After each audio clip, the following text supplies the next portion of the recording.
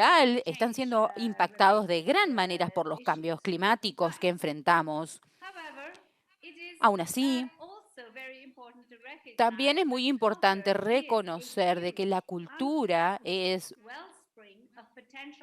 una, una gran fuente de potenciales esfuerzos para mitigar los impactos, así como para proveer una estrategia de adaptación informada para el cambio climático. Los sitios de patrimonio cultural son ecosistemas que actúan como diferentes lugares de fuentes de carbono. De absorción de carbono. Hemos visto que cantidades de billones de toneladas de biomasas de carbono se almacenan en los sitios de patrimonio cultural, por ejemplo, en las regiones tropicales en diferentes lugares del mundo. Otra instancia, por ejemplo, es que en las ciudades de patrimonio cultural existe un conocimiento natural con respecto a las prácticas de arquitectónicas y de planificación urbana muy importantes para mantener y esforzarnos en el uso sostenible de los recursos, por lo cual las construcciones tradicionales y los modelos de construcción tradicional, así como construcciones locales y materiales locales, responden a las geografías, así como también, por ejemplo, a un clima desértico, montañoso, como respuesta al manejo posible de los impactos de una geografía particular. Y es una respuesta climática para gerenciar una geografía particular. Mm, Generalmente vemos que es una solución pasiva, arquitectónica, y es una estrategia de adaptación al mismo tiempo, dada una presión dada en una región. Es un conocimiento que ha sido acumulado durante generaciones, que ahora se respalda por la ciencia como una solución para poder construir de manera urbana, por lo cual es una fuente muy importante de información y de diferentes curvas de aprendizaje de estrategias de adaptación. También estamos en el frente de la innovación y de creatividad en la transición de producción más responsable y también de consumo, modelos de consumo. Por ejemplo, en Australia, en Melbourne, que es una ciudad de literatura, utiliza literatura y escritura para poder ayudar a fomentar la comprensión de los desafíos que postula el cambio climático. Los participantes del diálogo de las ciudades patrimoniales, de este programa que se organizó en octubre del 2021, en donde el tópico se planteó de ayudar a adaptar la ciudad con resiliencia, nos mostró la importancia de controlar los sistemas de conocimientos para mitigarnos y adaptarnos al cambio climático y generar resiliencia. También los asentamientos históricos han desarrollado diferentes sistemas para manejar los desastres y minimizar las inundaciones. Por ejemplo, en diferentes áreas de las islas que no estaban construidos son utilizados como cementerio, lo cual hacía que se pueda absorber el agua como utilización de la parte edáfica, así como también tener diferentes tipos de producción para disminuir la huella de carbono, por ejemplo, como los bosques. Y también se utiliza diferentes tipos de sistemas de aprovechación energética y tecnología para tener menor consumo de energía y también residuos energéticos.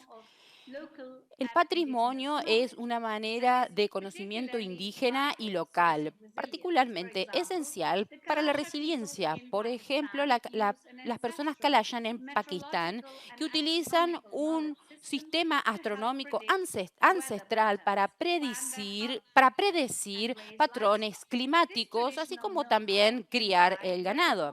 Este conocimiento tradicional ayuda a que las comunidades sean más resilientes. Los museos, las instituciones culturales, así como sitios del patrimonio, son centros, actores fundamentales para fomentar el diálogo en lo que respecta a la acción climática. Los artistas tienen un papel fundamental en lo que respecta a fomentar la conciencia. Fotógrafos, documentaristas directores pueden mostrar los impactos, así como también crear diferentes tipos de proyectos e iniciativas para fomentar la conciencia. La cultura ayuda al storytelling o a formular un cuento de historias para poder relacionar a las personas con el cambio climático.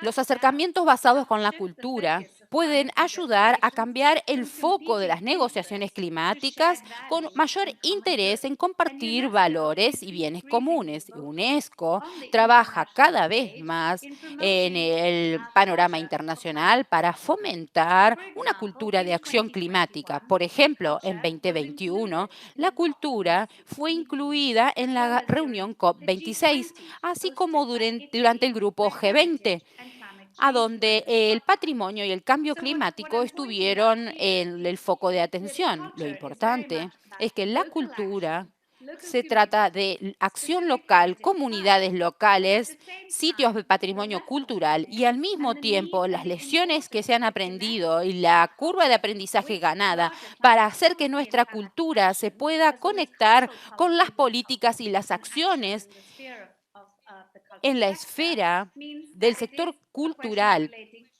como una forma de incluir las políticas globales de acción con las acciones locales e interpretaciones de dichas políticas.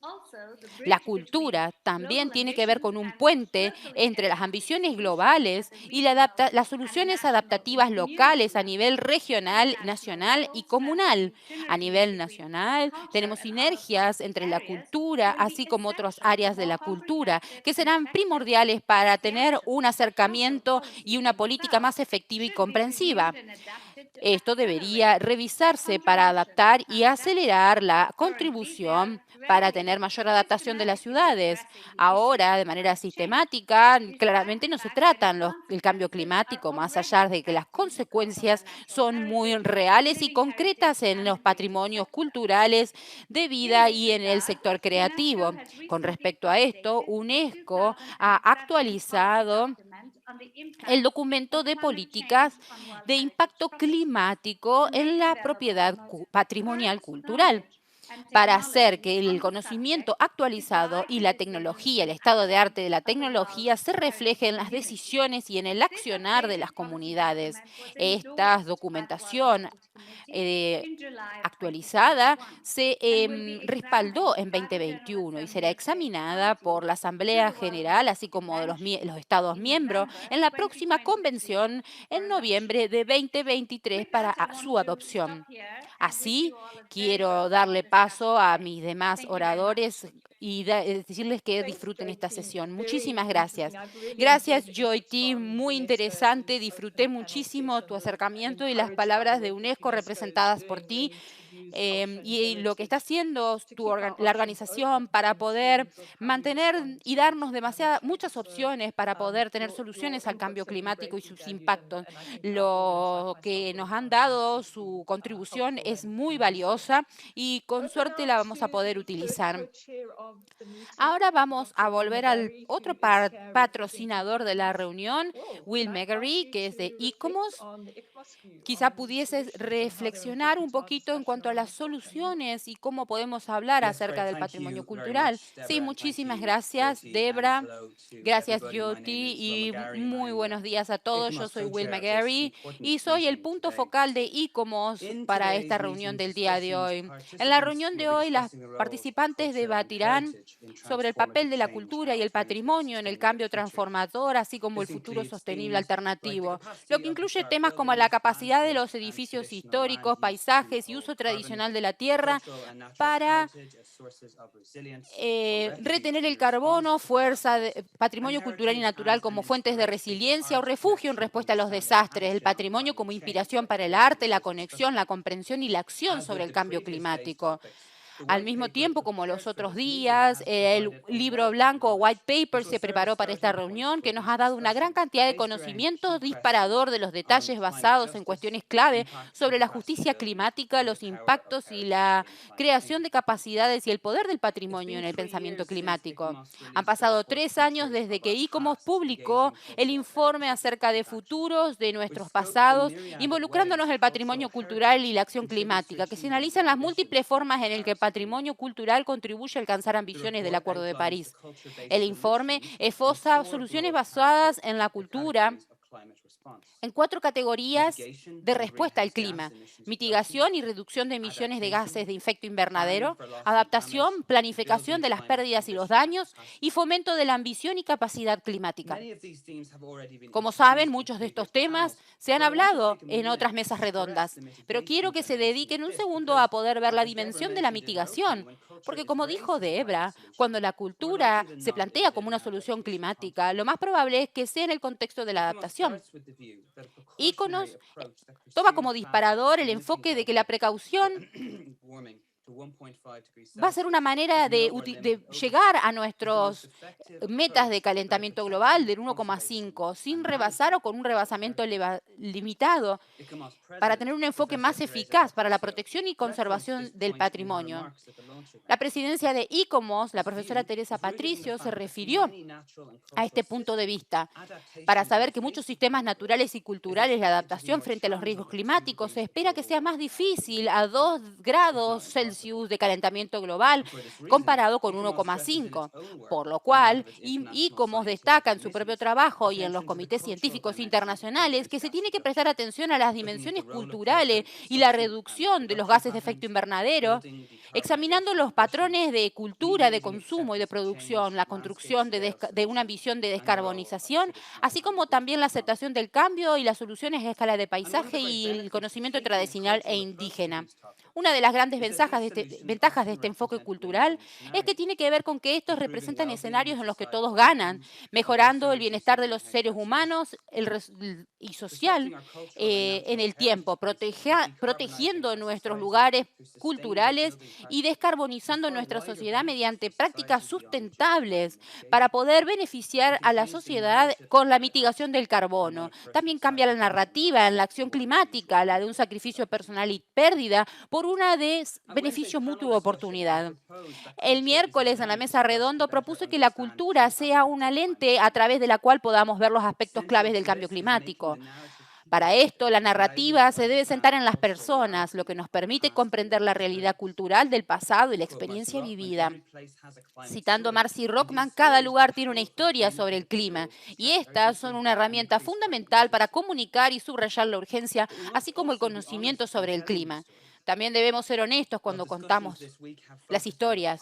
Sabemos que las charlas se enfocaron en lo positivo de la acción climática, pero también tenemos que saber que tenemos que ser más críticos con la cultura, así como nuestro rol en la crisis climática. La verdad es que la cultura es una causa del cambio antropogénico. Estamos en el ojo de la revolución industrial durante hace años, y es decir, que muchas de nuestras creencias, tradiciones y culturas en las sociedades industriales tienen que ver con los combustibles fósiles. Una de las intersecciones más complejas entre el patrimonio y la acción climática es cuando existe un conflicto entre la adaptación a mitigación del carbono y el patrimonio. Por ejemplo, el patrimonio rico industrial, los pasados y vivos de la música y el trabajo que unen a las comunidades intrínsecamente relacionados con una actividad que contribuye al cambio climático. Es decir, si pensamos del futuro, debemos comprender que la cultura y el patrimonio siempre han sido el centro de nuestra historia del clima. Esta semana, de alguna manera, reiteramos esta realidad.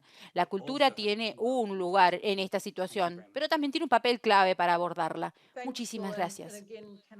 Gracias, Will. Nuevamente, te quiero decir que, al igual que Jyoti, han dado una contribución excelente desde el lado de ICOMOS, particularmente en lo que tenga que ver con el material para esta discusión, porque nos da una perspectiva real de qué se debe considerar para identificar las barreras culturales, así como también potenciales soluciones al cambio climático, así como también diferentes cuestiones vinculadas con la realidad en la que vivimos y cómo estamos siendo afectados, cambios, pérdidas, daños, consideraciones esenciales para saber cómo se evalúa el abanico del cambio climático, así como también del patrimonio cultural, por lo cual es de amplio valor para mí, por lo cual quisiera tomar esta oportunidad, porque porque quizá no tenga una más formal para poder agradecerles. Ha sido un gran placer trabajar con ustedes en estas mesas redondas y a la organización por poder copatrocinar este evento y juntar la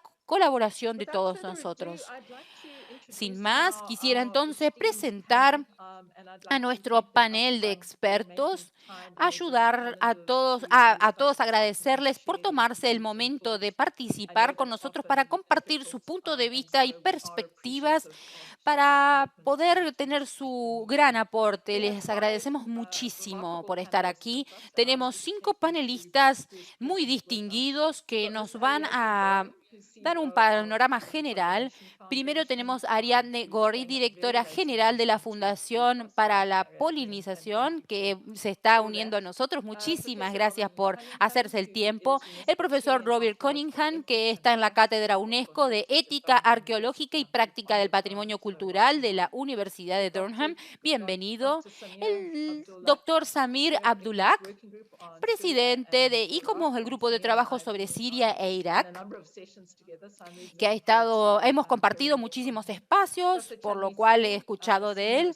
La doctora Chandni Singh, consultora principal de investigación de la Escuela de Medio Ambiente y Sostenibilidad del Instituto Indio de Asentamientos Humanos, que también conozco muy bien por haber trabajado en IPCC y continúa trabajando y colaborando principalmente en mesas redondas enfocados con asuntos urbanos, así como el profesor Rohit Jigatsu, Unidad de Programa Centro Internacional de Estudios de Conservación y Restauración de Bienes Culturales, ICC-ROM, que también se nos une a nosotros, que van a poder ver, van a ver en la parte de atrás en donde se ve en un panorama genial. Muchísimas gracias por ser parte de nuestro panel para poder reflexionar. Quizás si alguno se quisiese referir a una de las preguntas planteadas particular, lo puede llegar a decir. También si quisieran referirse a alguna de las respuestas de los copanelistas, podemos hacerlo. Quisiera tomar esta idea que quizá muchos de ustedes van a conocer,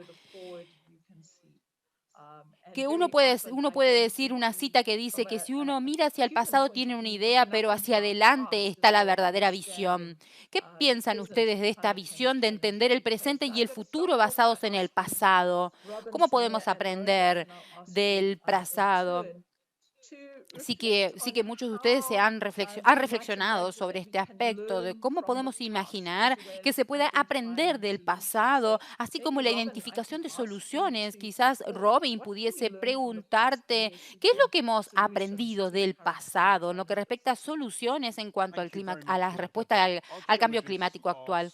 Gracias. Los arqueólogos contamos historias. Lo hacemos hace mucho tiempo.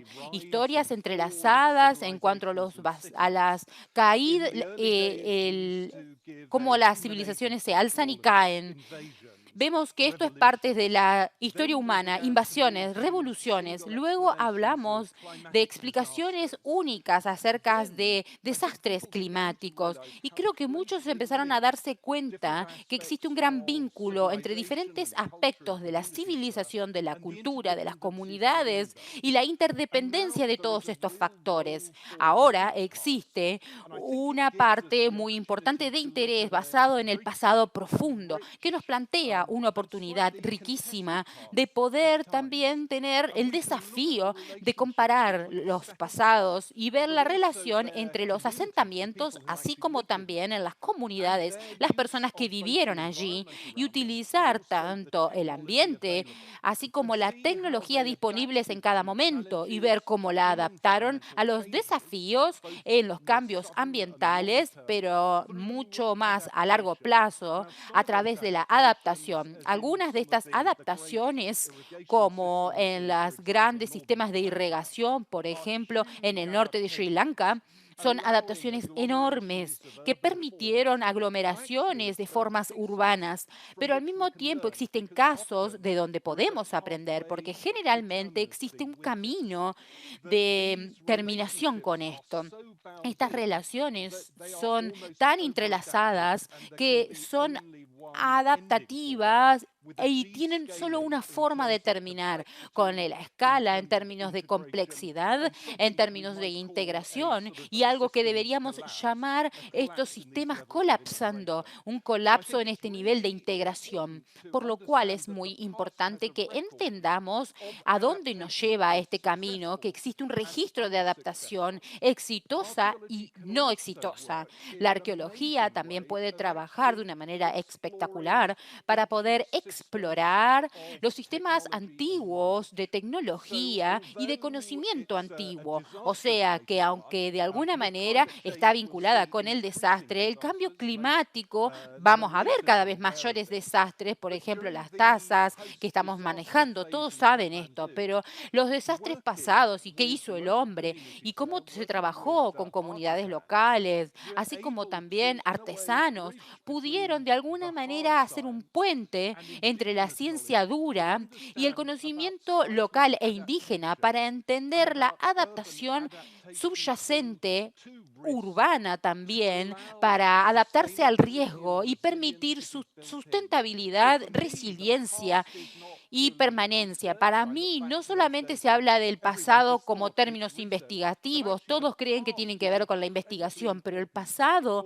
es tan amplio y el estudio del pasado es tan amplio para poder hablar de resiliencia de comunidades, así como también esta tendencia que tenemos, especialmente los arqueólogos, nos enfocamos en lo tangible, pero para mí lo intangible, lo inmaterial es la clave para poder abrir este pasado.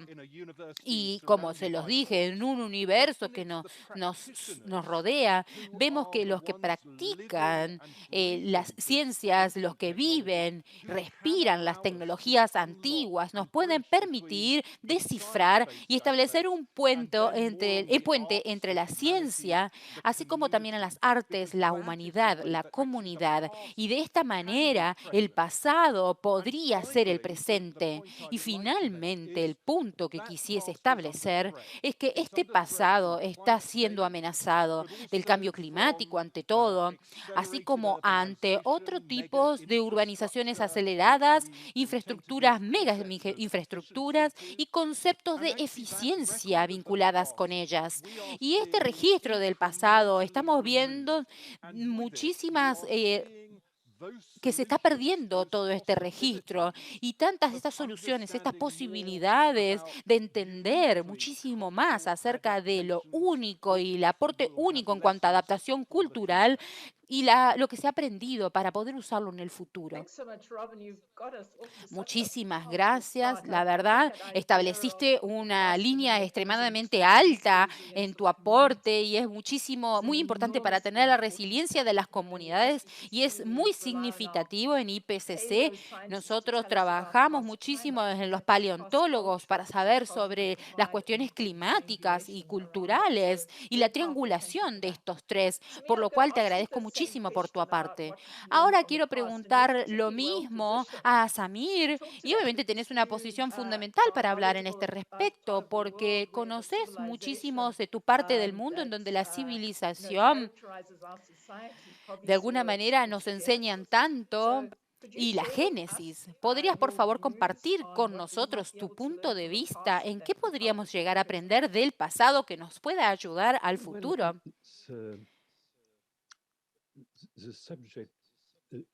El tema es muy amplio y no preparé una charla estructurada. Lo que sí puedo decir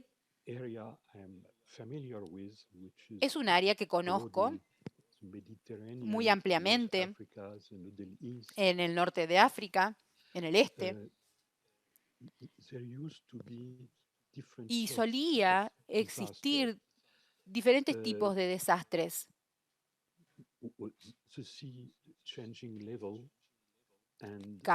niveles cambiantes del mar,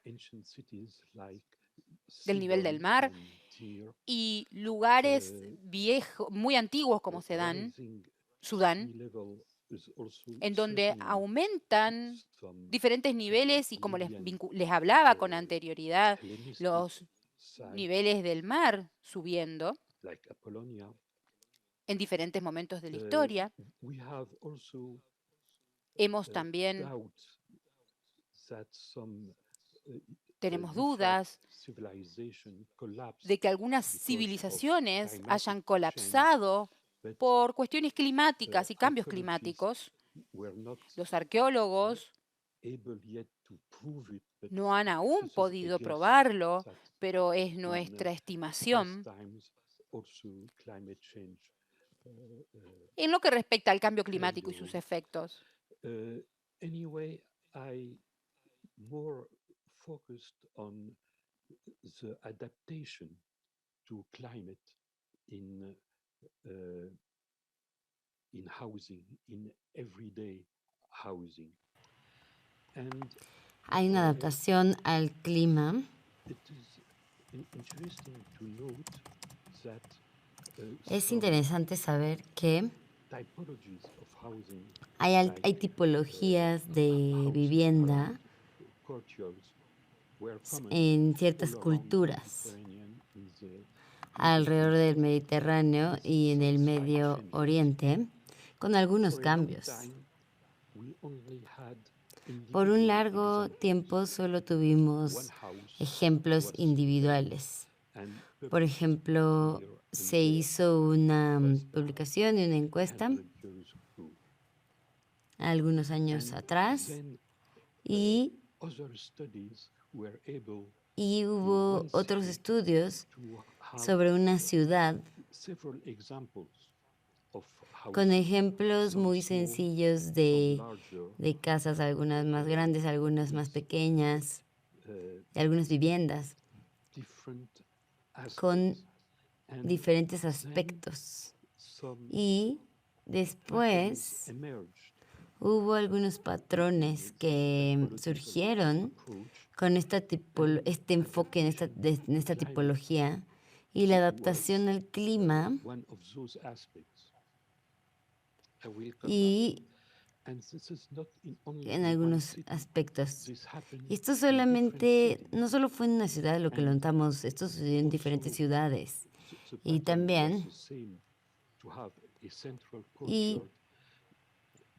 Many other y features were different. también hubo diferentes The, características que notamos, orientation, the pattern, como la even the orientación, elements around the incluso courtyard, elementos de la cultura, the importance of water and la vegetation or importancia del agua o de la vegetación o no. not. When we have Y been able cuando to compare pudimos comparar those local patterns with estos patrones climate locales features, temperature, con las características del clima como la temperatura rainfalls, y como la caída de lluvia o el agua de lluvia, light days in the year, we saw that lo que vimos y notamos es que las características climáticas de cada lugar eran específicas y esto explicaba la diferencia entre los patrones de las ciudades. Y esto fue muy importante porque las personas compartían las mismas creencias y la misma cultura, pero aparentemente también en la misma área y se adaptaron a características específicas, fuera la sequedad, la humedad, ya sea la iluminación, diferentes tipos de vientos, y se adaptaron a esto. Entonces, eso significa que en la vivienda tradicional hay pruebas de adaptación y esta prueba tiene el potencial, o sea que si las características climáticas van a cambiar, entonces este tipo de vivienda se podrá adaptar también aprendiendo de los otros en otros modelos o otras ciudades históricas. Yo hablo, estoy hablando de las viviendas tradicionales, que es mi especialidad, junto con los distritos históricos. Tal vez no en todos lados,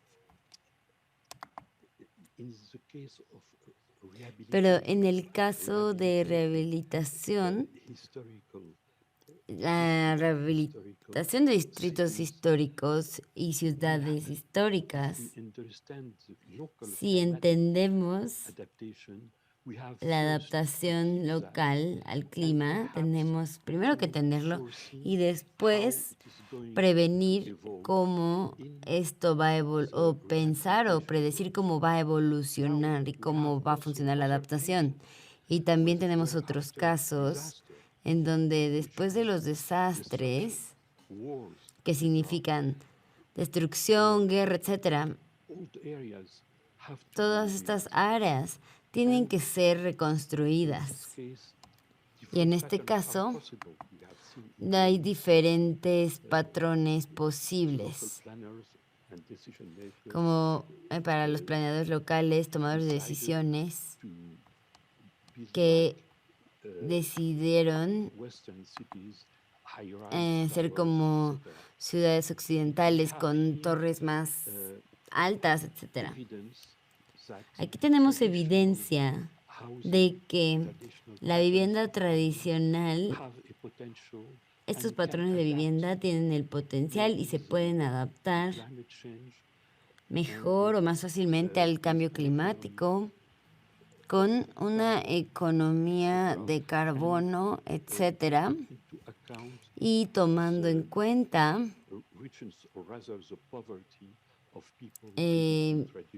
la pobreza de las personas que viven en estas áreas tradicionales. Perdón, ¿le puedo pedir que concluya? Porque quisiera también hacer la pregunta a los demás. Ah, claro. Podemos hablarlo después, pero en nuevas áreas planeadas podemos aprender del pasado y tenemos ejemplos de viviendas, incluso asentamientos planeados que toman en cuenta algunas lecciones del pasado. Y esto seguirá. Aquí me detengo. Excelente, muchas gracias. Y creo que su mensaje refuerza lo que escuchamos anteriormente, que aprender del pasado es una forma de incrementar nuestra capacidad y con con la provisión de la infraestructura y de vivienda con los matices del pasado. Y creo que usted nos lo ha dejado muy claro. Sí, puedo pasar con Deborah y preguntarte sobre lo que podemos aprender del pasado. Con Samir, perdón. Gracias. Creo que los últimos panelistas hicieron excelentes comentarios, entonces quisiera compartir 3 puntos sobre esta pregunta. Creo que lo más importante para nosotros es saber qué es lo que hemos aprendido del pasado y eso no se limita nada más a ciertos conocimientos de que los edificios pueden estar o la forma en que hacemos las cosas ya viene como integrada. El punto o el aspecto más importante de aprender del pasado es que sea una mirada holística, puede estar integrada en la forma en que la gente vive, la forma en que la gente se comunica. Y no nada más cómo construimos edificios, sino también asentamientos completos, cómo hemos reaccionado al contexto. Hay mucho conocimiento integrado. Tenemos que entender que este conocimiento no está en los campos, en las disciplinas que hemos categorizado hoy.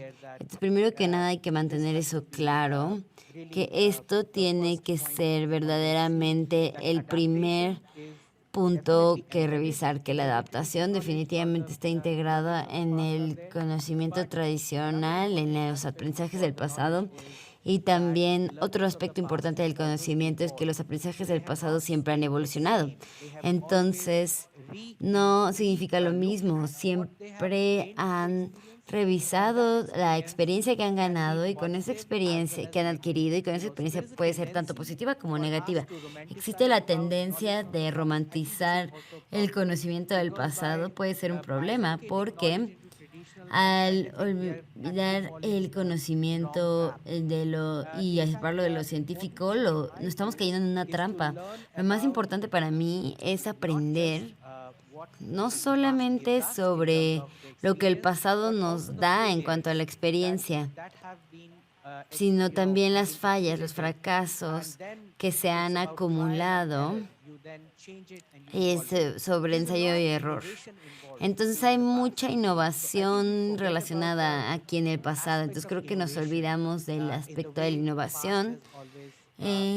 Innovación en el pasado siempre ha evolucionado con el tiempo. Entonces lo que me refiero es que lo importante sería ver los aspectos científicos tradicionales y también ver el otro panorama, ver el otro lado de las cosas, ver cómo podemos tener nuestros aspectos científicos traducidos de manera más tradicional, cómo podemos, no nada más son modelos científicos, que también estos se comunican de forma más sencilla, fácil de explicar y ver hacia quién están intencionados. Entonces, hay que verlo de ambas formas, y con esto también quiero enfatizar,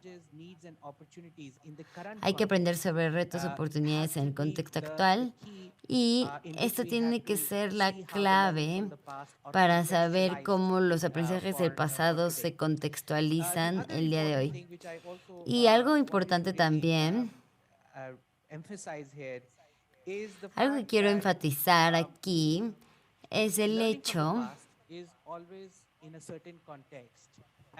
es que siempre hay un cierto contexto, y si tiene que ser relevante hoy, tenemos que entender también cómo se puede compartir ese conocimiento, porque también los desafíos del pasado significa que hay un conocimiento en contexto local, pero tal vez no se pueda compartir en una escala más amplia. Ahora tenemos la oportunidad de diseminar el conocimiento, de ver esta experiencia local o localizada en otras áreas donde tal vez no hay oportunidad de beneficiarse de esa experiencia. Entonces, el otro punto que quería enfatizar.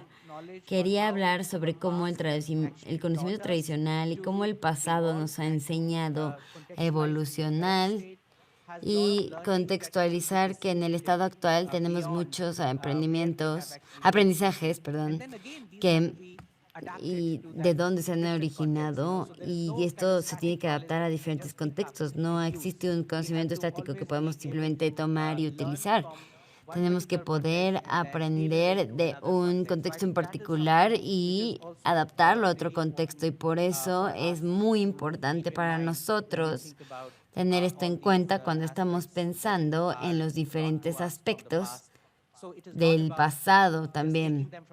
Entonces no solo se trata de tomarlos del pasado, tenemos que abrazar ese conocimiento, combinarlo con todos los instrumentos científicos que tenemos disponibles hoy y en el futuro, y así el pasado será relevante para nosotros, y no solo limitarnos a libros de texto y investigaciones, publicaciones, sino también darle un sentido para la sociedad de hoy. Ok, gracias. Eso fue un excelente mensaje, muy poderoso sobre hacer con el reconocimiento, y es muy difícil darnos cuenta que tal vez tenemos 80 fracasos, pero 20 éxitos, y eso tiene un verdadero valor. Aprendemos de estas lecciones. Particularmente me gusta tu idea de que traer el conocimiento local e indígena en lo científico, y también traer lo científico a lo local. Entonces creo que eso es algo muy interesante, indica una buena integración. Muchas gracias por tus ideas. Creo que ahora voy a ir con Ariadne y con Chadney. Ya escuchamos el valor del pasado, tanto como para incrementar nuestra capacidad de resiliencia, para enseñarnos sobre la naturaleza que evoluciona en el estado humano. Pero básicamente la pregunta que te haré y que les haré es ¿cuáles son las barreras y desafíos para implementar soluciones basadas en la cultura y en el patrimonio? Voy a empezar contigo, Ariadne. Sí, gracias. En la parte de aprender del pasado, bueno, solamente quiero decir que estoy aquí en Melbourne, en Australia, y creo que esto es muy importante porque hace 200 años aquí las personas ocupaban ciertas tierras, las personas que ocupaban tierras tuvieron que cedérselas a los colonizadores. A pesar de el impacto y en esta experiencia en la generación, ellos insistieron en sobrevivir, los pueblos indígenas, y debido a esta resiliencia es que ahora puedo decir que esta generación está negociando un tratado con el gobierno estatal de Victoria, y este reconocimiento que están haciendo es muy importante porque no solamente es para Australia, sino para todo el mundo, porque los territorios indígenas ahora son parte de la biodiversidad, tienen el 80% de la diversidad del mundo. Entonces, cuando hablamos de barreras y de barreras en el presente, este viene del pasado y puede ser una barrera para seguir hacia adelante. También es el legado de la colonización que se ve reflejado en nuestros sistemas de gobierno, y también los sistemas de gobierno indígena a veces no son reconocidos, y para registrarlos hay que tener este gobierno asegurado. Entonces, nuevamente, esto nos lleva al potencial de nuevas formas de colonización. Y también sabemos que los indígenas tienen esta solución.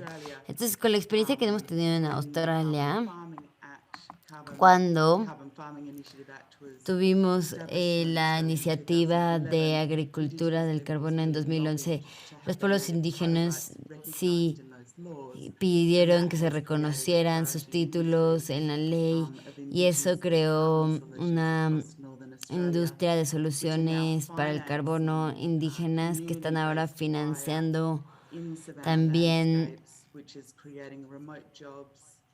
están financiando a estos territorios, están ayudando a crear trabajos también. Y también esto es muy importante porque está protegiendo espacios indígenas como sus infraestructuras. Entonces, al poder incluir esto en las políticas, podemos empezar a desbloquear algunas soluciones maravillosas. Y también nos regresamos al punto de que tenemos que ser creativos y tenemos que volver a pensar en cómo codiseñamos y cómo conjuntamos y reunimos a la comunidad, al gobierno, a los científicos,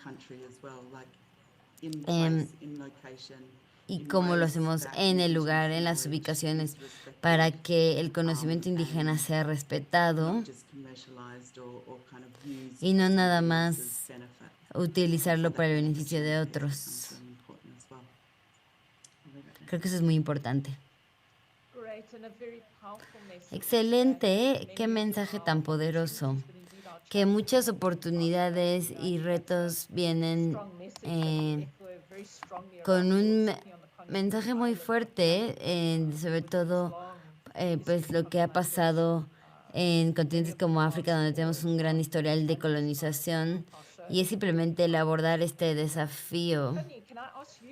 Muchas gracias, Ariana. Entonces, Chani, ¿te puedo preguntar sobre estos desafíos, barreras para implementar estas soluciones basadas en la cultura? Sí, claro, gracias, Denra.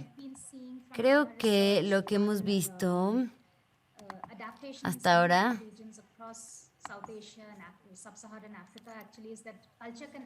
he visto, por ejemplo, en el África subsahariana, pues sí hay ciertas barreras que podemos, bueno, aprovechar, por ejemplo, el utilizar conocimiento local indígena para, por ejemplo, la caída de lluvia, para cambiar, ver cuál es la secuencia y cambiar nuestras prácticas.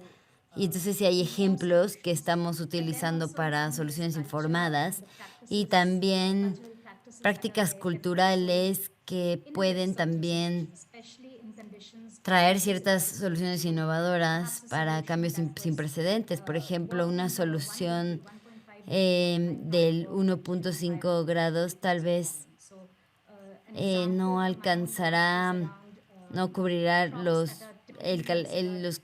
grados que se suben en el calentamiento global. Y si hablamos de las cosechas, también hay cierto conocimiento sobre las cosechas que puede ayudar a las personas a que tengan ciertas cosechas que sean más favorables. Entonces, habría que ver también las prácticas culturales para ver cuál es el valor que existe. Estos son algunos ejemplos. Lo segundo, quiero mencionar que la cultura también es dinámica. Las ideas de los pueblos sobre lo que quieren para su vida, los activos, sus aspiraciones pueden cambiar. Entonces, la cultura nunca va a ser estática, creo que eso lo entendemos, pero ¿cómo eso afecta las soluciones que se están implementando? Pues entonces me parece que ahí hay menos reconocimiento. Y de hecho, pues siento que tenemos ver que la ciencia es conductual. Tenemos que entender cómo ciertas decisiones, ciertas personas toman diferentes decisiones que no se adaptan o soluciones que parecen de sentido común, pero la gente no los adapta. Y hay cierto valor o hay cierta razón de no querer invertir en algo a largo plazo. Simplemente tomar ciclos de decisiones, porque a veces como humanos tomamos decisiones a corto plazo. Entonces hay que entender que también en la ciencia y el conocimiento se deben de conjuntar y para mí la adaptación está en el corazón. Bueno, en la adaptación existe el cambio en conductas. Es como la gente experimenta las cosas, como lo viven. Y algunos aspectos son críticos. Y simplemente quería resaltar que el trabajo que estamos haciendo en algunas ciudades, y esto nos lleva a la idea de tratar de pluralizar soluciones que nos parecen que están disponibles, algunas de estas prácticas. Normalmente hay prácticas adaptables y soluciones sostenibles. Tenemos que pensar en cómo relacionarlas con las prácticas culturales y de las comunidades para que verdaderamente las adopten grandes números de personas. Y en ciudades como en Tanzania lo hemos visto, lo estamos implementando, donde puede que haya consideraciones ambientales para cosechar la comida, comer de manera sostenible, pero también muchos lugares sí crecen o cosechan su propia comida porque es su tradición. Entonces hay prácticas ya culturales, cosas que ya se utilizan, y cultura de los alimentos, ese tipo de conductas intangibles, adoptan este tipo de prácticas y simplemente hay que reconocer lo que existe. Entonces, digamos que nos estaremos perdiendo de algo muy importante si no tomamos en cuenta la cultura. Gracias. Muchas gracias. Nuevamente, qué importante comentario el reforzar el hecho de entender el comportamiento humano, que eso es lo que nos lleva a la cultura y la cultura nos lleva al comportamiento, a la conducta. Entonces, entender y relacionar la parte conductual también es muy importante. Y es algo que también lo decimos en el IPCC, tratamos de entender el desafío del cambio climático también en estas prácticas. Ahora, creo que para mantenernos en tiempo, creo que han hecho contribuciones muy importantes que indican la diversidad de la cultura y del patrimonio que nos ofrecen. Es una forma de entender cómo podemos responder a los retos del presente aprendiendo del pasado. Ahora lo que quiero hacer es, panelistas, quisiera que todos se tomaran un minuto para reflexionar sobre la pregunta de si tuviéramos que movilizar la parte cultural y patrimonial para el cambio climático, ¿qué es lo que tendríamos que hacer? ¿Qué es lo más importante que tendríamos que llevar a cabo para movilizar a la atención de cultura y patrimonio también para abordar el reto del cambio climático? Entonces voy a hacer una ronda. Por favor, cada uno tiene un minuto para transmitir ese mensaje. Robin, ¿puedo regresar contigo? Tú por favor, dinos qué opinas para este potencial de movilización. Claro que sí, muchas gracias, Deborah. Para mí, se trata de este enfoque multidisciplinario y también significa que hay que ver, es que tenemos que abordar los hilos académicos como lo físico, artes, ciencias, etcétera. Tenemos que conjuntarlos y de manera significativa nos tenemos que relacionar con aliados, con socios y también empezar a entender las desigualdades. Somos jerárquicos, somos académicos y muchos de los sistemas de conocimiento indígena, esto se negocia mucho. Tal vez sí, se negocia bastante. Tenemos que entenderlo y mi punto final.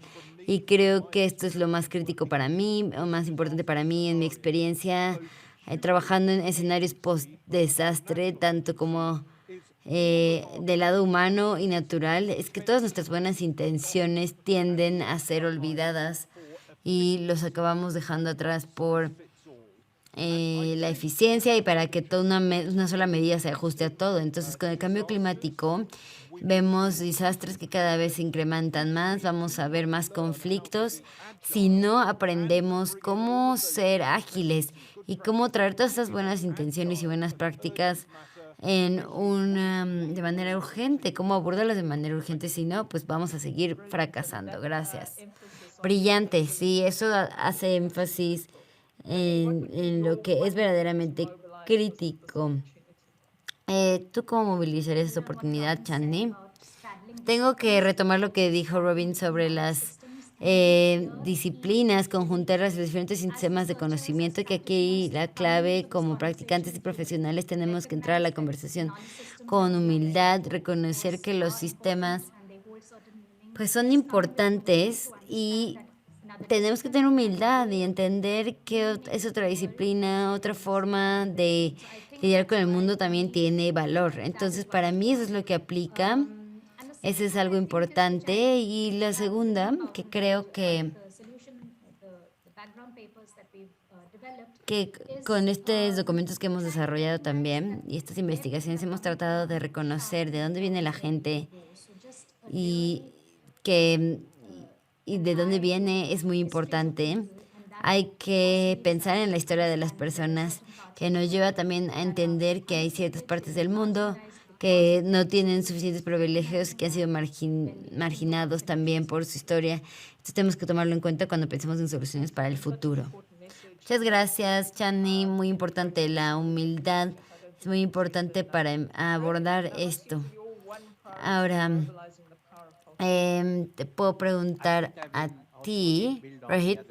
Sí, creo que también quiero añadirme a estos dos comentarios e introducir otro elemento clave que es la gobernanza, porque todo esto se traduce en gobernanza, lo que significa que si tenemos que movilizar la parte de la cultura, significa que las instituciones que están en silos también tienen que trabajar en conjunto y unos con otros, y en vez de verlo como silos separados como instituciones que tienen que ver con, por ejemplo, una que solo ve con la cultura, verlo y abordarlo en todos los sectores, lo cual es clave. Y lo que se ha hecho a través de esta colaboración de IPCC es el primer gran paso hacia esto. Entonces tendríamos que ahora llevarlo al país y escalarlo hacia cada situación. Entonces una palabra clave que quiero introducir es la gobernanza. Gracias.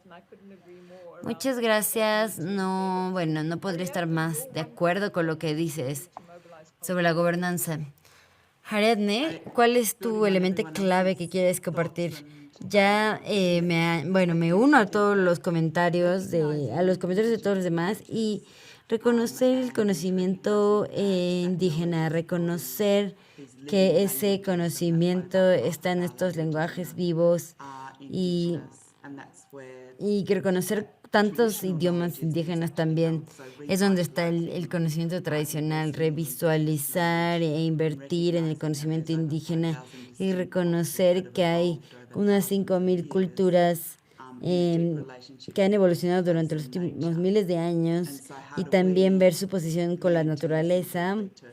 Y entonces hay que aprender a escuchar atentamente y hay que ser ágiles, rápidos para encontrar soluciones, pero también estar presentes y escuchar profundamente para poder entender las perspectivas de los demás y poder traer esos conocimientos, estas formas de ser en relación con la naturaleza e incluirlo en el futuro, el presente en el futuro. Qué mensaje tan poderoso, creo que resuena mucho, sobre todo en un país donde hay tantos idiomas oficiales, donde no hay un idioma oficial, hay tantos idiomas reconocidos. Y bueno,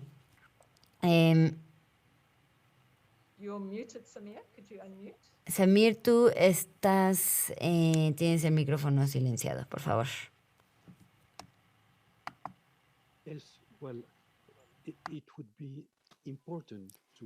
Sería muy importante poder salvaguardar los asentamientos tradicionales existentes porque son ejemplos vivos de cómo adaptarnos al clima. Aún así, debemos entender los desafíos y cómo superarlos. Los sociales, primero, previamente, grandes familias, pseudocomunidades vivían en las viviendas. Y ahora las familias son más pequeñas porque los pobres tienen menos hijos, los ricos también. E incluso las viviendas tradicionales grandes pueden llegar a vivir muchas familias, por lo cual es una cuestión de escala, si me preguntan. Así como también de disponibilidad de materiales. A veces la madera no está disponible en algunas áreas. También existe la cuestión de las escalas, así como el conocimiento de las personas que pueden proveer, así como implementar viviendas para grandes cantidades de personas. Gracias. Muchísimas gracias. Es un mensaje muy importante. Proteger lo que tenemos. Esta información debe ser transmitida de generación en generación. Hemos pasado un minuto, por lo cual quisiera agradecerles a todos los panelistas distinguidos por sus aportes. Han sido geniales, nos han dado muchísimo entendimiento sobre este tema y espero que algunos de estos mensajes generales acerca de la integración, acerca de la utilización de la cultura como un mecanismo de permitir, así como de abrir y darle lugar al potencial para la realidad y afectar el patrimonio cultural de manera positiva, así como también mejorar la discusión. Muchísimas gracias a todos los panelistas, gracias a mis copatrocinadores y a la parte final de la reunión de patrimonio cultural. Muchísimas gracias por su atención.